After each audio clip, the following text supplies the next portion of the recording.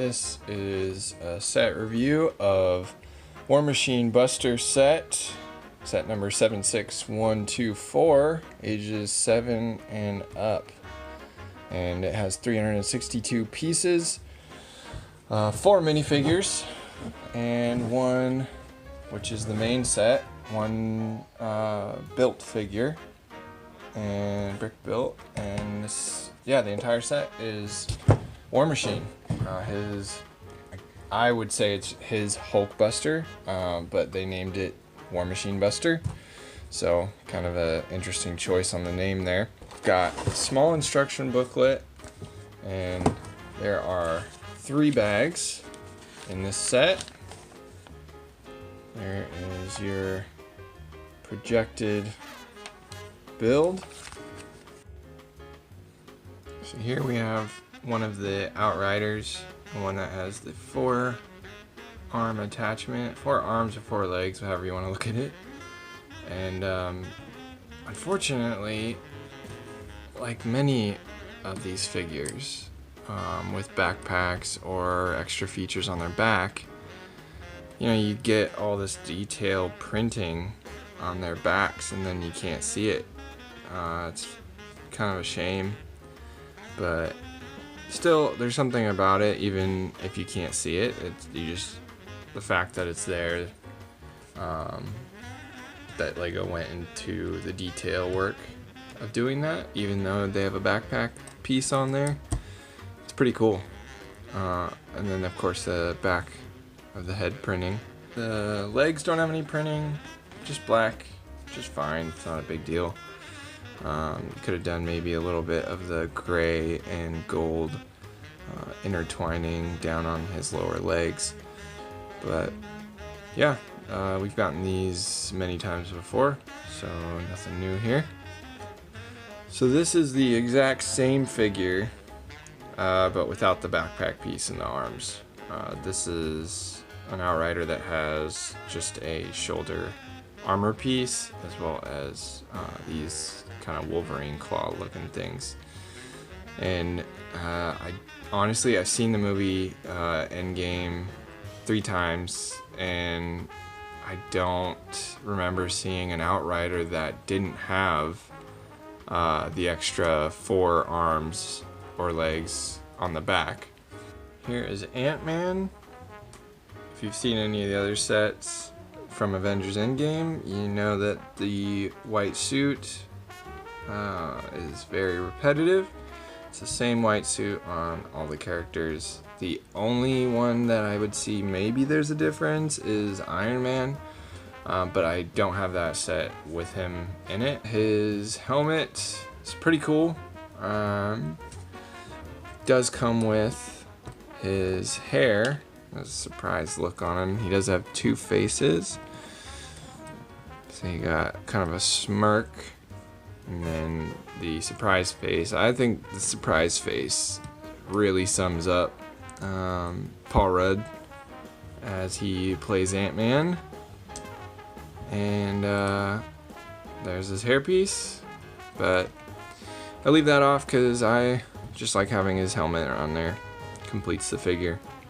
So it's really nice. This is going to be the same on the War Machine figure, but the printing on here is very fine detailing. I don't know if you can see, but he's got these kind of silvery spots in that darker area, which was very nice detailing to kind of represent maybe a type of mesh or you know, armoring. So love that they did toe printing. This is very nicely done. Here is War Machine, and the one thing I really love about this figure is his helmet. And I know that many of you will say, yeah, well, of course you love the helmet. It's the only thing new about this figure. Everything else is the same, but it's just a really great helmet. You know, you can take a little bit closer look. Yeah, look at that. Just clean detailing, and the contrast of the red eyes with that silver. I don't know, just it's a great helmet overall. Rhodey's got his computer projection face where they've got the hologram projected on the print. And then turn his face around. It's got a nice little smile.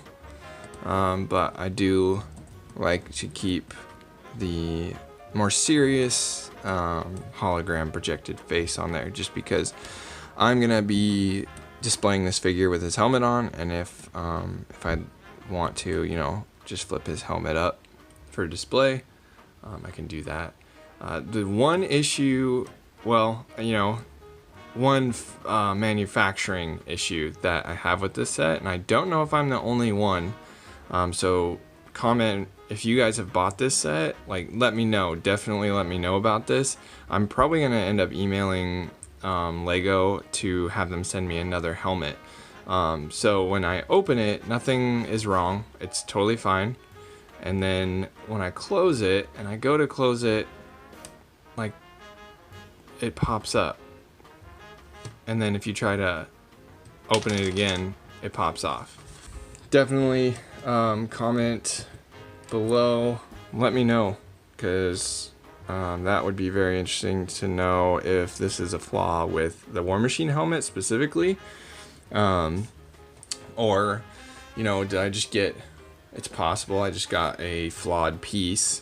War Machine is known for having a machine gun or blaster. I don't know if there's bullets involved at this point in the advancement of the suit, so, but he does have a blaster on his, or a gun on his shoulder cannon, and then he's got a gun in his hand, which is just seems kind of uncharacteristic to have a straight pistol or a gun in his hand. Usually they being Iron Man and War Machine will have like pulsars or whatever you want to call them. The figure itself is the same. He's got a little backpack thing, but the print is the same as Ant-Man and the rest of the Avengers. Here is the War Machine Buster armor, which should be known as the War Machine Hulk Buster armor. It's a great mech, and there are flaws with it, but I mean, as far as it being a bulked up, kind of a bulked up Hulk Buster, yeah, I mean, you've got the shoulder cannon, and then the shoulder rockets, flick fire missiles. You got stud shooters all right here. Shoot them off with this right here. I guess I can shoot them off here.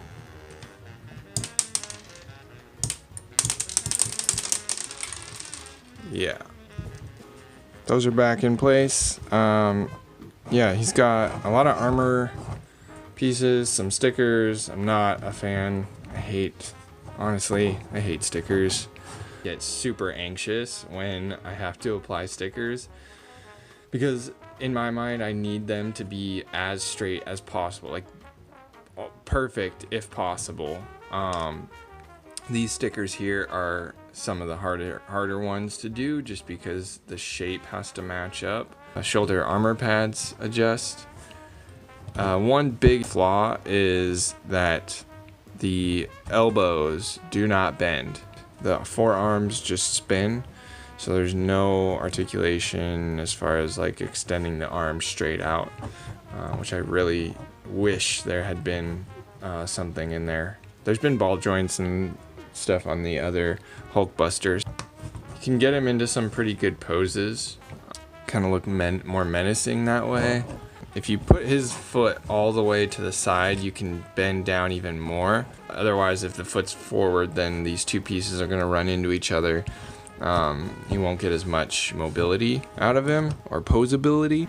Yeah, the back of him is not terrible. You can kind of see these as far as, in my mind, I could see them as like little jet propulsion things. It's not a huge deal. This is the only thing that kind of puts me off a little bit, but really, I mean, for the back of a mech, this is done very well in comparison to some other mechs out there. I believe this is unique, not only in the color, but in the design of the helmet piece. What's cool here, so this is where War Machine's blasters, his guns come into play. You put them actually on the outside of his hands, the War Machine mech hands. There's no studs to hook him in, it's just the leg piece for minifigures. And then close that up. Put that down, and you're good to go.